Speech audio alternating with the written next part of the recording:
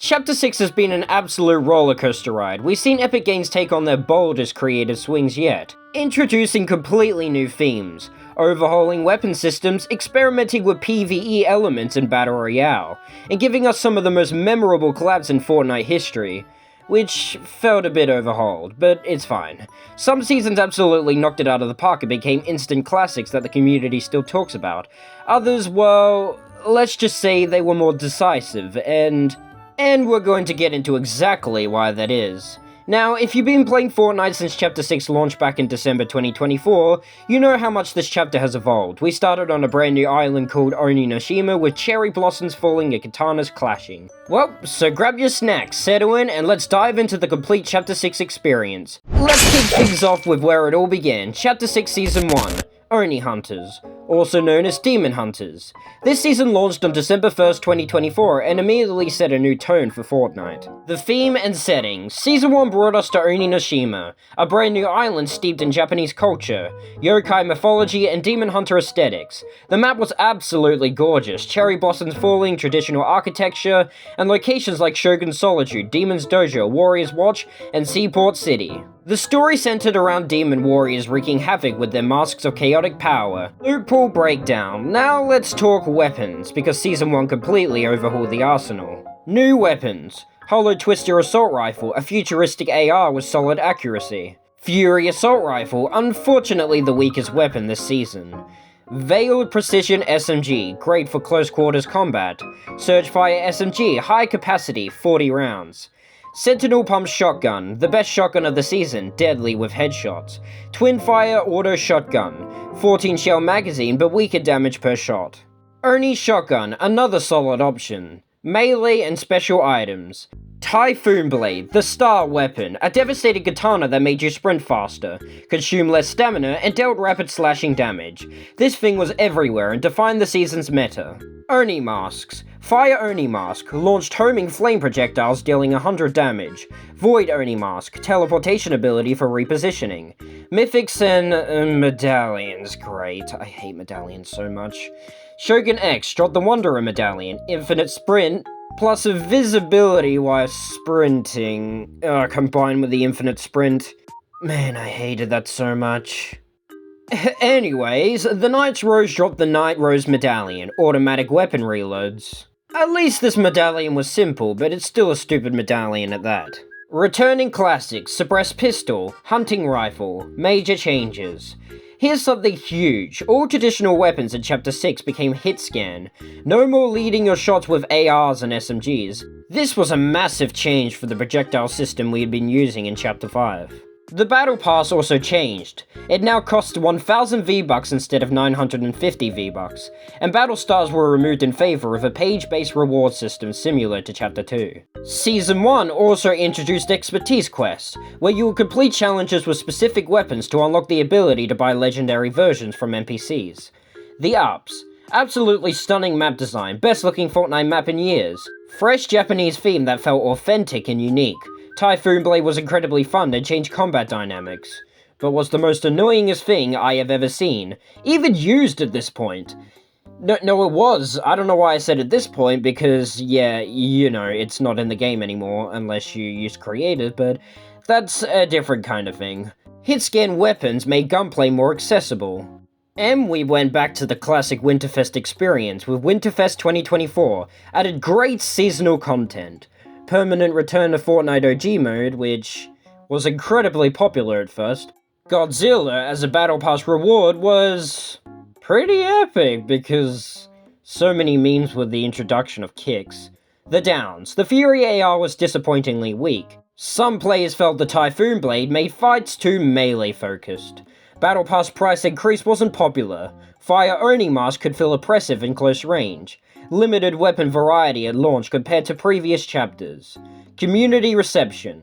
Overall, Season 1 was received really well. Players loved the back-to-basics approach after the chaos of Chapter 5. The Japanese aesthetic was praised, the map felt fresh, and the gameplay was solid. Mark Grind's teaser word was beautiful, and the season lived up to that promise. Season 2 Lawless.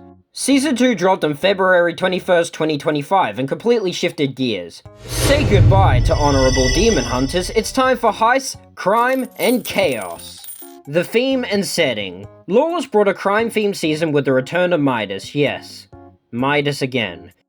Anyways, the story focused on Midas rising as the Golden Gunslinger to take down his old acquaintance Fletcher Kane, a robber baron who was taxing the island's outlaws. New locations: Crime City, the Crown Jewel, a sprawling urban environment perfect for heist gameplay. Lone Wolf Lair, hidden base with unique loot, shiny shafts, mining operation, outlaw oasis, desert outposts, black markets, multiple locations, where you could spend deal coins for mythics and exotics. The gold theme was everywhere, and I mean everywhere, after Daigo's battle with Shogun X left a pool of gold at Warrior's Watch. Loophole Breakdown. Season 2 added an entirely new arsenal focused on heist gameplay. New weapons: Thermite, essential for cracking vaults, Plasma Burst Laser, dealt damage over time and helped open vaults faster. Rocket Drill, could stop armored trucks and let you fly through the air. Sticky Grenade Launcher, 10 impact damage plus 70 explosion damage. Collateral Damage Assault Rifle, strong mid to long range option. Falcon Eye Sniper, precision sniper rifle. The Kneecapper, baseball bat that replaced the Typhoon Blade, increased speed and jump height. Dual wielding, pump and dump, revolutionary, held a pump shotgun in one hand and SMG in the other, taking only one inventory slot. Unvaulted favorites. Mammoth Pistol, one of my favorite weapons of all time in Fortnite. High damage single shot pistol, mini sniper vibes. Scope Burst AR, added mid-season. Infiltrator Pump Shotgun, buffed mid-season. Twin Mag Assault Rifle, added mid-season. Special features: armored transport trucks. NPCs drove around these, hijacking them gave great loot. Vaults required Thermite to crack open, containing valuable loot and deal coins. Outlaw keycards unlock special rooms and black markets. Medallions. Again, why do these still exist?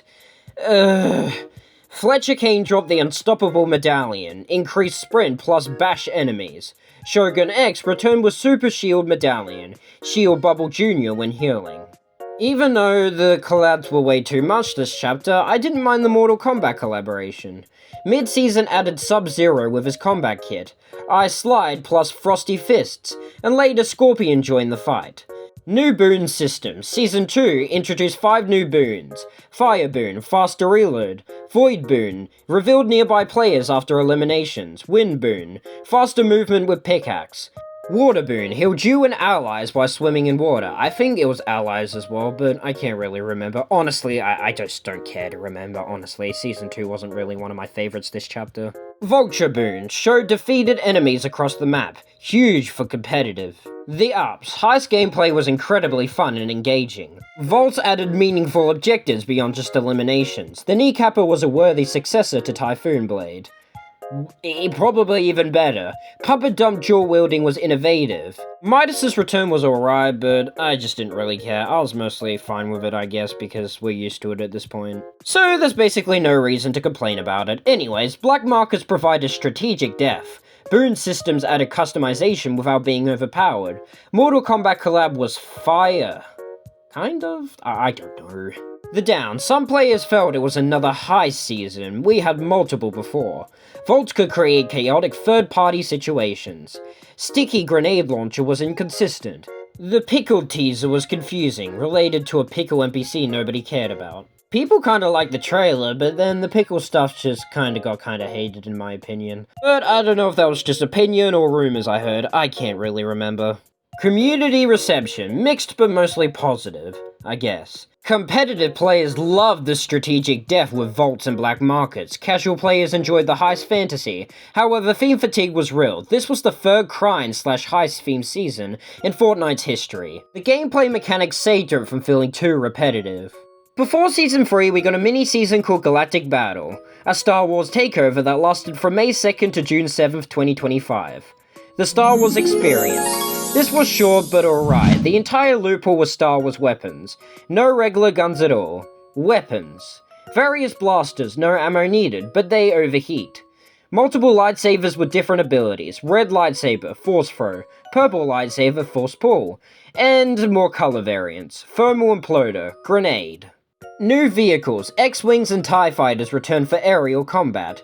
Boss: Captain Phasma dropped the mythic F-11D, how do you even say that, blaster, and Phasma's blaster medallion. Here we go with medallions again. Weapons overheat slower. The ups: pure Star Wars experience was alright, I guess. Flying vehicles were not that bad, actually. Great for Star Wars fans overall. The downs: limited weapon variety got repetitive quickly. Some players missed traditional guns. Felt more like an extended LTM than a full season. This mini-season was clearly a promotional tie-in. Probably for upcoming Star Wars content in 2025, I don't really know. Now we're talking. Season 3 launched on June 7th, 2025 and brought superheroes to Fortnite in a big way. Better than Chapter 5 ever did.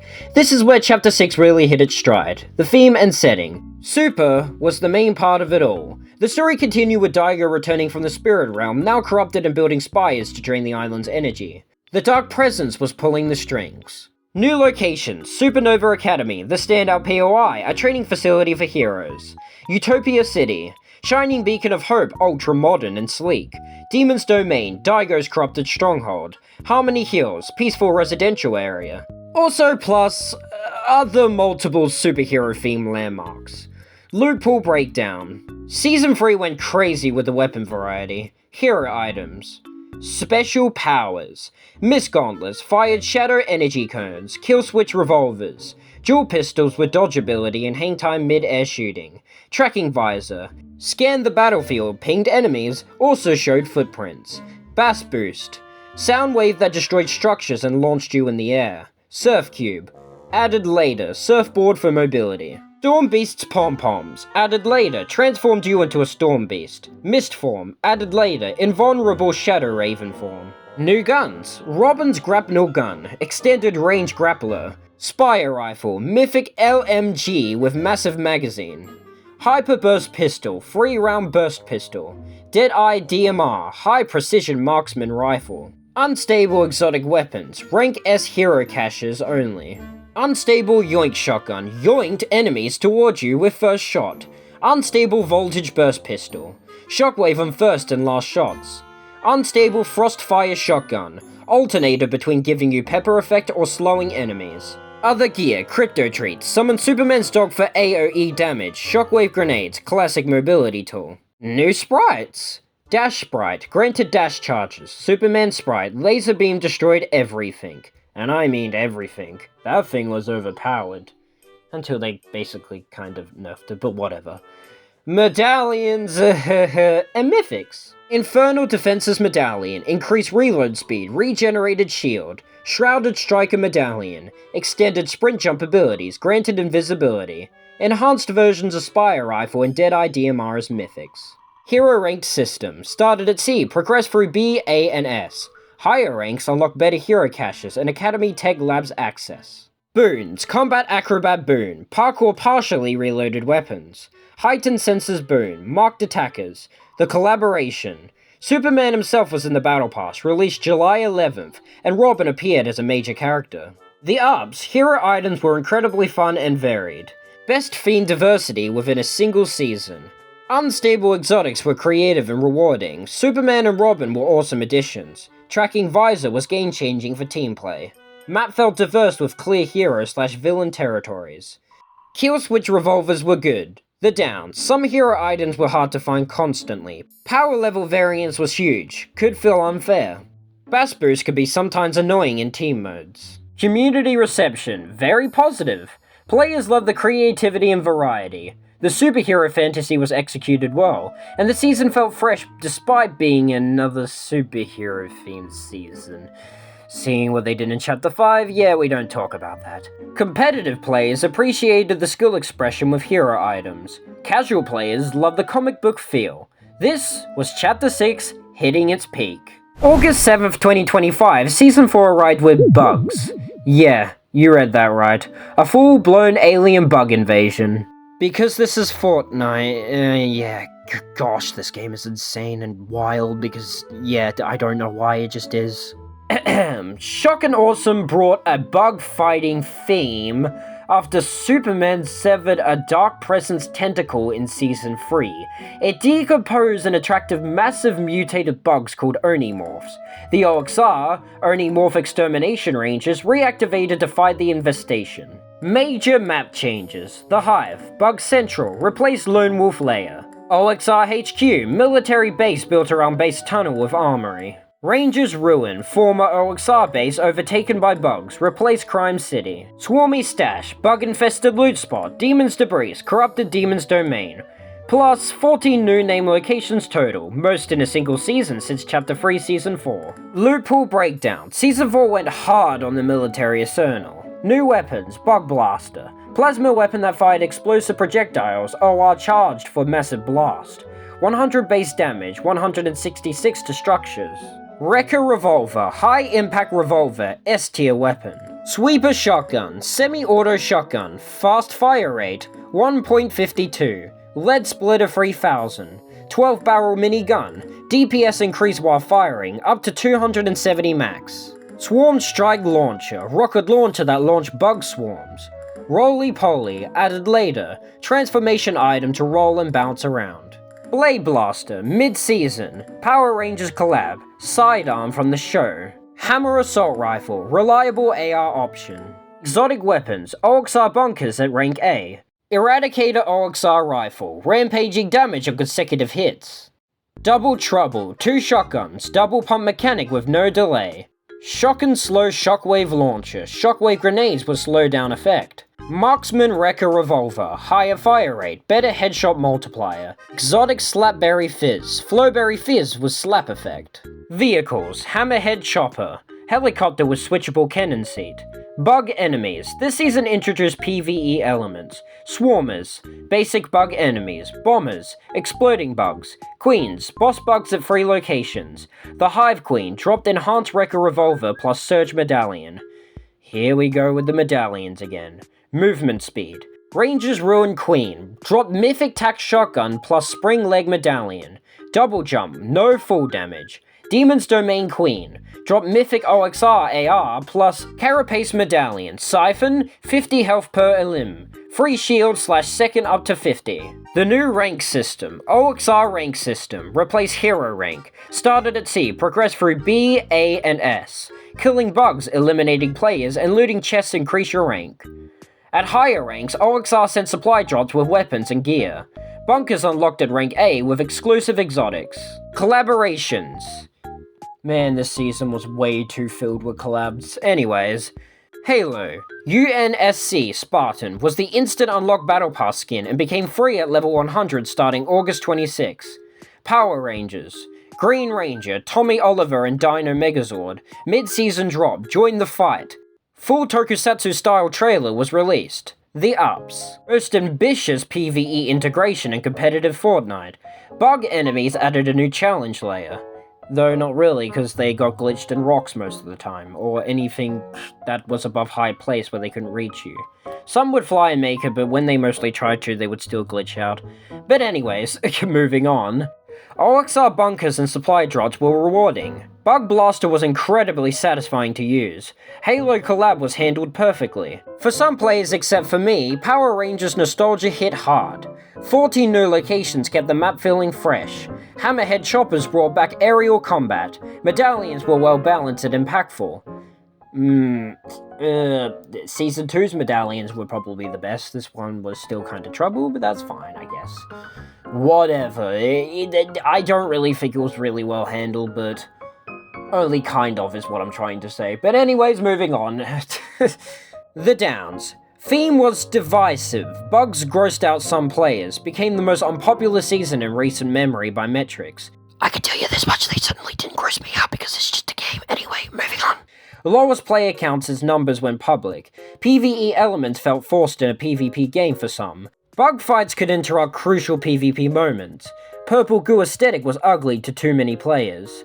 Removing Queen mid-season. They were removed on version 37.40, left no bosses temporarily. I think it was temporarily, I can't remember, but I know Fortnite Mez certainly removed them for good. And all bugs entirely, which I love.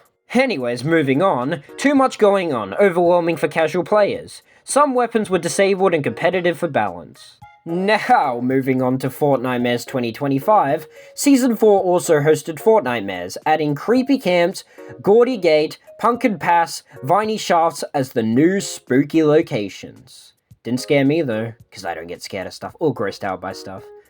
Only in real life, but I don't get scared by stuff at all in real life and video games. Because I'm just weird like that. Anyways, moving on, new bosses as part of the Halloween event. Community reception.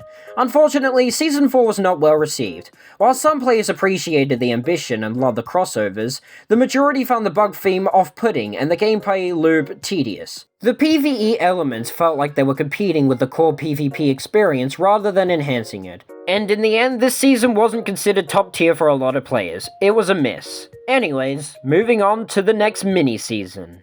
Mini-season 2 of Chapter 6. Simpsons themed. On November 1st, 2025, right after Season 4 ended with the Welcome Our Aliens Overlords live event, we got mini-season 2, The Simpsons. The Simpsons Takeover. This was a full 4-week season dedicated to Springfield. The entire map transformed into a Simpsons-themed playground with iconic locations from the show. New locations, multiple Springfield landmarks, Simpsons-themed POIs with Easter eggs everywhere. Loophole. All Chapter 6 Season 4 weapons were vaulted. Instead, Krusty's Mr. Blasty Revolver / Mr. Blasty Revolver, new revolver weapons. Classic Fortnite weapons returned from past seasons. Simpsons-themed items. Battle Pass featured Homer, Marge, Ned Flanders, and other Springfield residents. Special elements before the season started. King and Kodos could appear beside the battle bus when you loaded into the game. Treehouse grew throughout the season. TV played classic Simpsons scenes inside the treehouse. The ups. Unique crossover. One of the most unique Fortnite has ever done.